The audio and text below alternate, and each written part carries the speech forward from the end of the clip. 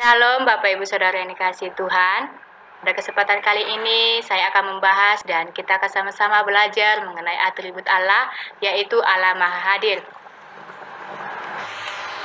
Banyak orang zaman sekarang ini yang tidak percaya akan kehadiran Allah dalam hidupnya. Mereka merasa bahwa hidupnya baik-baik saja.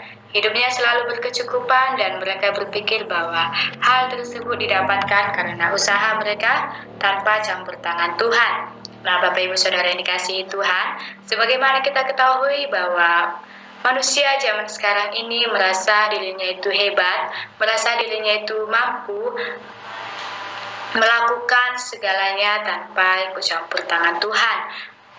Berkat-berkat yang mereka dapatkan itu merupakan hasil dari usaha mereka, merupakan hasil pekerjaan mereka, dan mereka belum menyadari bahwa itu merupakan sebuah berkat daripada Tuhan.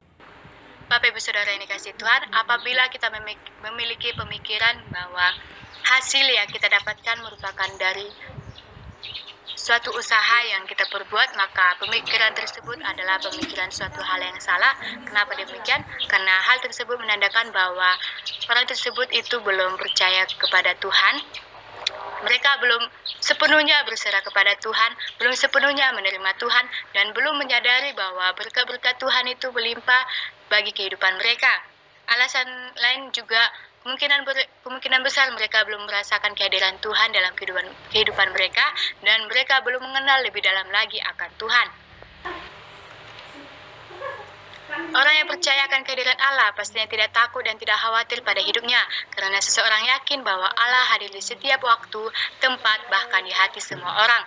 Nah, Bapak Ibu Saudara yang dikasihi Tuhan, ketika kita sudah percaya akan kehadiran Allah dalam hidup kita, meskipun banyak masalah yang menimpa hidup kita, yang menghampiri hidup kita, kita tidak pernah merasa khawatir, tidak pernah merasa takut, karena kita telah menyerahkan semua masalah kita kepada Tuhan.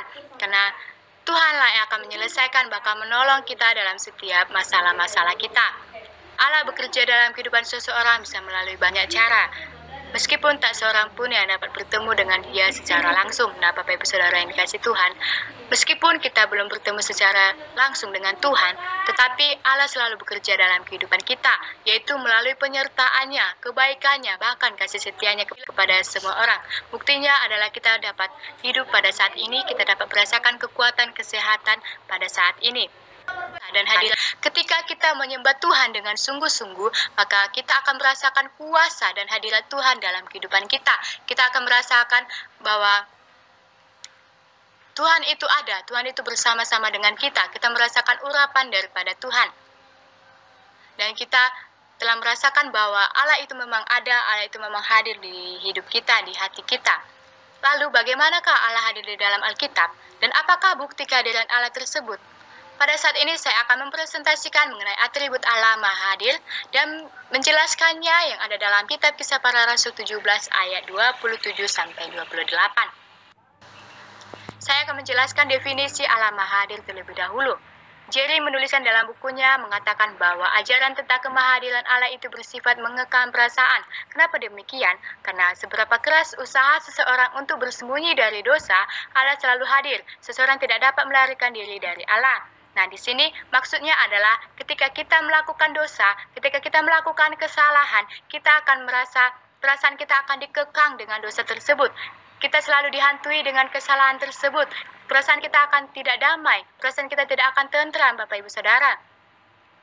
Kita akan merasa bahwa kita salah dan kita akan mengakuinya kepada Tuhan. Kita tidak bisa bersembunyi dari dosa tersebut. Mungkin kita bisa bersembunyi dari manusia, mungkin manusia tidak tahu apa kesalahan kita, apa dosa yang kita berbuat, tetapi beda dengan Tuhan. Tuhan tahu apa saja yang kita perbuat, Bapak Ibu Saudara. Jarak maupun kegelapan tidak dapat disembunyikan dari Allah. Nah, di sini sudah jelas dikatakan bahwa jarak maupun kegelapan tidak dapat disembunyikan dari Allah. Kehadiran Allah di dalam teologi Kristen juga dipahami dalam dua sisi sekaligus, yakni Allah yang transenden atau luar biasa dan hidup di dalam iman setiap orang yang percaya kepadanya atau disebut imanen. Kata maha hadir berasal dari bahasa Inggris yaitu omnipresence. Kata omni berarti segala dan presence yaitu sebuah kata yang berkaitan dengan lokalitas. Kemahadiran Tuhan berarti bahwa Tuhan hadir secara penuh di semua tempat dan di segala waktu. Sifat omni dari Allah ini bekerja sama dengan cara yang sama, sebab itu Allah ada dimanapun dan Allah hadir untuk melakukan apa yang harus Allah perbuat. Nah, Bapak Ibu Saudara yang kasih Tuhan, yang dimaksud di sini adalah Allah itu ada dimanapun kita berada. Allah itu hadir ketika kita dalam setiap aktivitas kita maupun dalam setiap masalah kita. Tuhan hadir dalam hidup kita dan Allah melakukan apa yang Allah perbuat kepada kita. Perbuatannya ini merupakan perbuatan yang sangat baik, yang sangat luar biasa dalam hidup kita, dan kita tidak pernah menyangka bahwa Allah sungguh baik dan Ia melakukan bahkan menolong kita melalui perbuatan-perbuatannya yang ajaib. Allah itu ada dimanapun kita berada. Allah itu hadir ketika kita dalam setiap aktivitas kita maupun dalam setiap masalah kita. Tuhan hadir dalam hidup kita dan Allah melakukan apa yang Allah perbuat kepada kita. Perbuatannya ini merupakan perbuatan yang sangat baik, yang sangat luar biasa dalam hidup kita, dan kita tidak pernah menyangka bahwa Allah sungguh baik dan Ia melakukan bahkan menolong kita melalui perbuatan-perbuatannya yang ajaib. Tuhan selalu hadir dimanapun kita berada, sehingga kita tidak bisa bersembunyi kepadanya, dan Tuhan tidak dapat dibatasi dan tidak bisa dibagi-bagi. Allah ada dari dirinya sendiri, artinya memiliki dasar bagi keberadaannya sendiri. Allah adalah Dia yang tidak disebabkan oleh siapapun, yang ada oleh karena dirinya sendiri. Ide tentang diri Allah dikemukakan melalui istilah aiseitas atau yang bermula dari diri sendiri, tetapi para teolog reformer menggantikan istilah tersebut menjadi independenia atau tidak tergantung, menyatakan bahwa Allah tidak saja terikat pada keberadaannya, kebaikannya, dan keputusannya, namun Ia adalah Allah yang ada pada dirinya sendiri dan Allah yang tidak terikat, sehingga memberikan jaminan untuk tetap bersama-sama dengan umatnya. Nah, Bapak Ibu Saudara yang dikasih Tuhan, maksudnya di sini adalah Allah adalah dirinya sendiri. Kita tidak bisa melepaskan kehidupan kita kepada Allah maupun Allah melepaskan kehidupannya kepada kita, karena Allah tetap bersama-sama dengan umatnya dan memberikan jaminan kehidupan bagi umat yang percaya kepada Tuhan. Selanjutnya, saya akan membahas mengenai bukti Allah Maha Hadir dalam Perjanjian Lama. Teofani adalah istilah yang digunakan untuk menunjukkan salah satu bentuk kehadiran Allah di dalam Alkitab. Tanak adalah manifestasi kehadiran Tuhan dalam 3 bentuk, yaitu malaikat Tuhan atau angel of the Lord, hadirat Tuhan serta kemuliaannya, serta kehadiran roh atas seseorang. Ketiga bentuk ini menjelaskan bahwa semua manifestasi kehadiran Allah di dalam Perjanjian Lama bertumpu pada Teofani. Hal tersebut terbukti ketika Allah menampakkan diri kepada umatnya di dalam Alkitab melalui bentuk semak belukar, kereta berapi, awan, dan malaikat. Allah mendatangi orang tertentu dengan tujuan tertentu. Nah, contohnya adalah Musa dan Elia,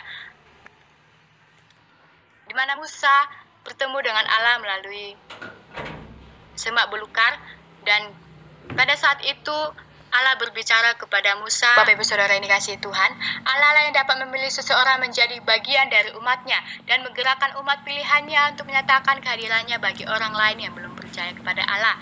Orang yang telah dipilih Tuhan tersebut akan disebut menjadi umat Allah dan tugasnya adalah untuk memuliakan Allah. Bapak Ibu Saudara yang dikasihi Tuhan, sudah jelas dikatakan bahwa Allah yang dapat memilih seseorang menjadi bagian dari umatnya. Nah, ketika kita telah dipilih menjadi umat orang percaya, menjadi umat Tuhan, maka respon kita, maka tugas kita adalah untuk memuliakan nama Allah, memuliakan nama Tuhan. Dan maka dari itu kita harus menjalankan tugas dan tujuan tersebut, serta menjadikan hidup kita sebagai gereja dengan menyatakan dan melakukan kebenaran firman Tuhan. Dan dalam Roma 11 ayat 36 merupakan sebuah kekuatan bagi kita bahwa sebab segala sesuatu adalah dari Allah dan oleh Allah dan kepada Allah. Bagi Allah lah kemuliaan sampai selama-lamanya. Ini merupakan ayat kita untuk agar kita tetap menyadari bahwa hidup kita ini berasal dari Allah, dan kita harus menyerahkan hidup kita kepada Allah untuk memuliakan Allah sampai selama-lamanya. Pada ayat 27-28, yaitu Paulus menginginkan agar jemaat yang ada di Athena tersebut mencari Yesus, yaitu melalui Roh Kudus. Paulus ingin semua jemaat memperoleh Roh Kudus tersebut agar mereka merasakan kehadiran Allah dalam hidupnya. Karena pada saat itu orang-orang menjauh dari Allah dan tidak mau mencari Allah. Mereka lebih percaya terhadap ilmu gaib dan menyembah berhala yang Allah tidak sukai. Paulus juga ingin menyadarkan jemaat tersebut bahwa Allah itu ada dimanapun seorang berada. Apapun yang dilakukan oleh seseorang, Allah mengetahuinya. Manusia tidak dapat sembunyi dari dosa. Allah mengetahui segala dosa manusia. Perlu diketahui juga bahwa semua orang di dunia ini merupakan keturunan Allah, karena semuanya berasal dari Allah dan akan kembali kepada Allah. Dari presentasi di atas dapat diberikan kesimpulan bahwa Allah hadir di mana-mana, Allah ada dimanapun kita berada. Seseorang memang tidak dapat berjumpa secara langsung dengan Allah, namun Allah itu adalah Roh Kudus, dalam arti seseorang dapat merasakan kehadirannya melalui Roh Kudus tersebut. Roh Kudus sangat diperlukan dalam hidup orang percaya, karena Roh Kuduslah yang akan menuntun setiap langkah perjalanan seseorang. Seseorang